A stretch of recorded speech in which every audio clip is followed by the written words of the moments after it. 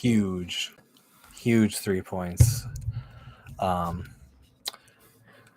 Yeah, well, let's just get right into it.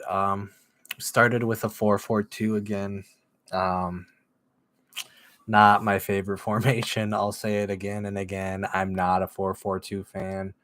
I can see a little bit why Adrian is using it. I'd prefer a different formation, but I'm not going to get nitpicky because we ended up getting the 3 points.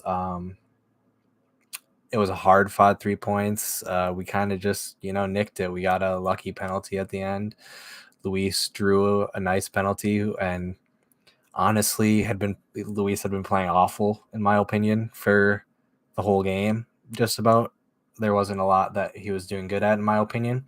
And I thought it was actually shocking that he stayed on and Mender came off. But in the long run, I mean, it paid off because he won the penalty and he slotted it away too. He finished it greatly, which was something we needed for sure, because I was a little bit worried when him and Franco were kind of talking about it, because Luis just seemed like he was a bit shaken up from it, from the tackle at least. But he slotted away nicely. But we had some other chances in the game, and we just needed to capitalize on them. There was a couple times like Curvin found a great pass to Luis, and he just mishandled it, and it goes right to the goalie when we should have had an amazing shot chance, amazing shot opportunity, super high percentage, but we just didn't get it because of a not misguided pass, but a miss pass or a miscaught pass from Luis. So it was like very frustrating when we're not capitalizing on those opportunities. Bongi hitting the post,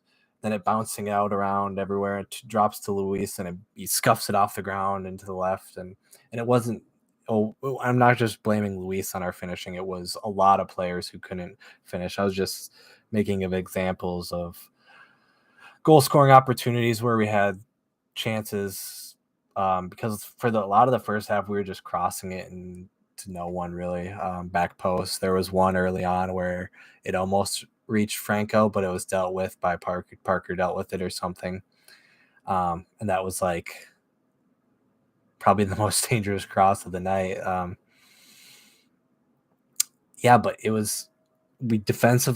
we are extremely sound. We'd frustrate the other team. Will Trapp was great in the midfield with Curvin. Curvin was awesome. Franco didn't have his best game, but he kind of settled more into it. That's what he's been doing lately. Started off kind of slow in some of these games. Tapias was outstanding. I like the energy from DJ Taylor and Kamar Lawrence. I thought the back line was really good. Dane St. Clair was outstanding. Yeah, and I've been extremely impressed with Curvin and Bongi. I thought Bongi is really coming into his own so far this year. He's been playing excellent. You should have easily won a penalty. I don't know.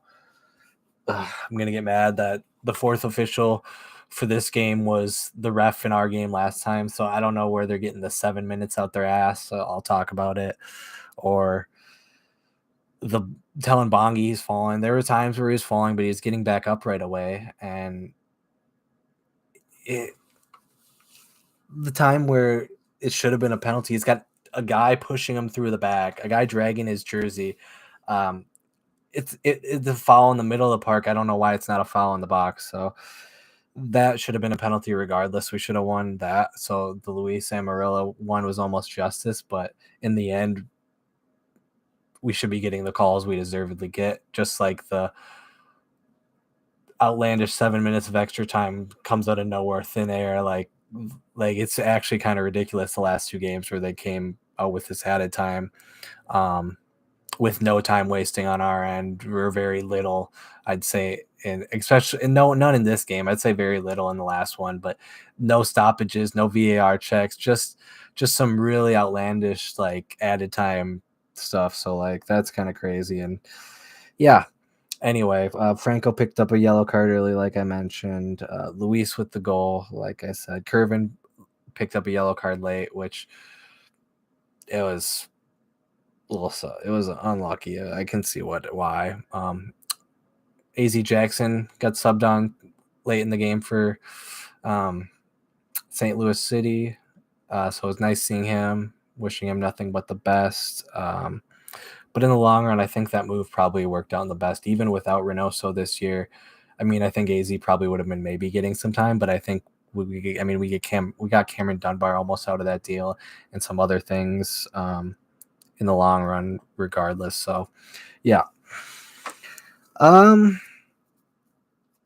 Yeah, I like I said, I thought we did really good against Klaus, shutting him down. He had a couple really good chances late on, but that's when they were throwing the kitchen sink at us, and we kind of just sat back. We had thrown extra defenders on. We weren't really attacking, and that's the stuff that makes my heart beat because we only had a 1-goal lead, and it almost when the 7 minutes came up, it almost felt like it was the exact same thing was going to happen last week, but that didn't happen, thankfully. So we ended up stopping St. Louis City's undefeated streak in the league and for their franchise, actually. So that was nice. And we stay undefeated, and we're now one of 3 undefeated teams. I'm not sure about the other 2 because we were one of 4 going into it. If the other 2 stayed undefeated, the other I know one was LAFC. I'm not sure about the other one. It was in the East probably, but yeah. So it's awesome to stay undefeated. And now let me check the table because I think now after 6 weeks or so we can start checking the table. Because I know a couple weeks ago I said let's not check the table. Let's not get too carried away with it.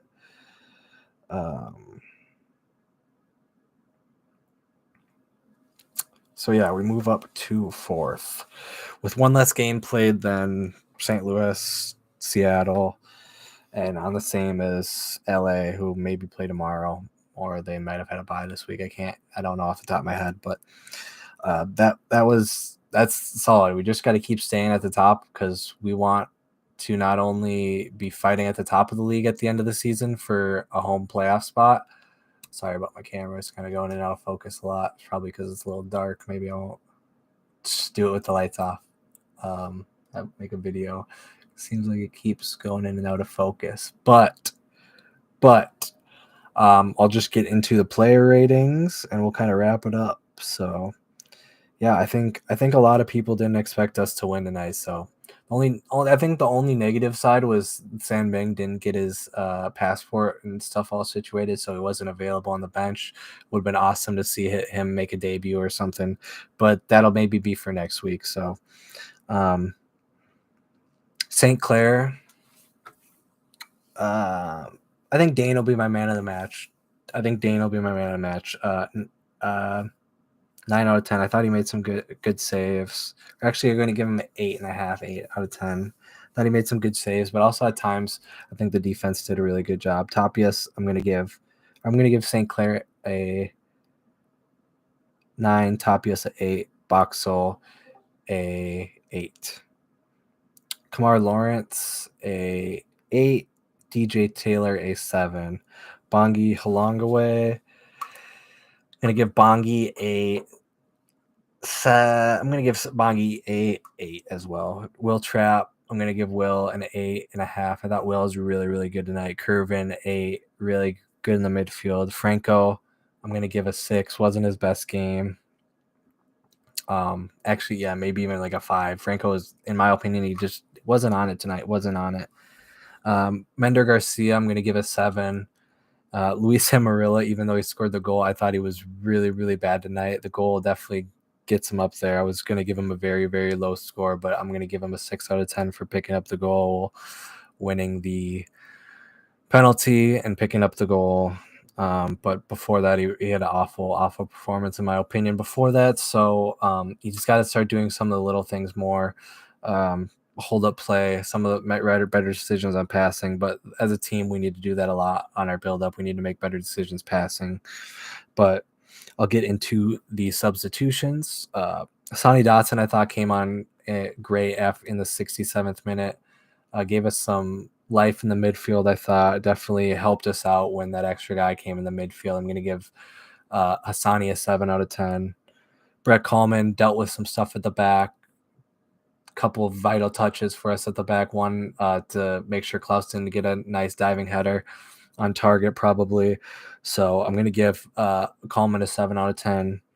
And Joseph Rosales, another 7 out of 10. I thought all three subs made pretty good impacts. Joseph had some nice interceptions, a couple takeaways, some very smart dribbles into the corner to waste time throughout the game or at the end of the game, and even one where he got the ball and was able to send it across potentially for just a nice on the ground cross, but it ended up getting blocked. But just all made a very good impact coming on.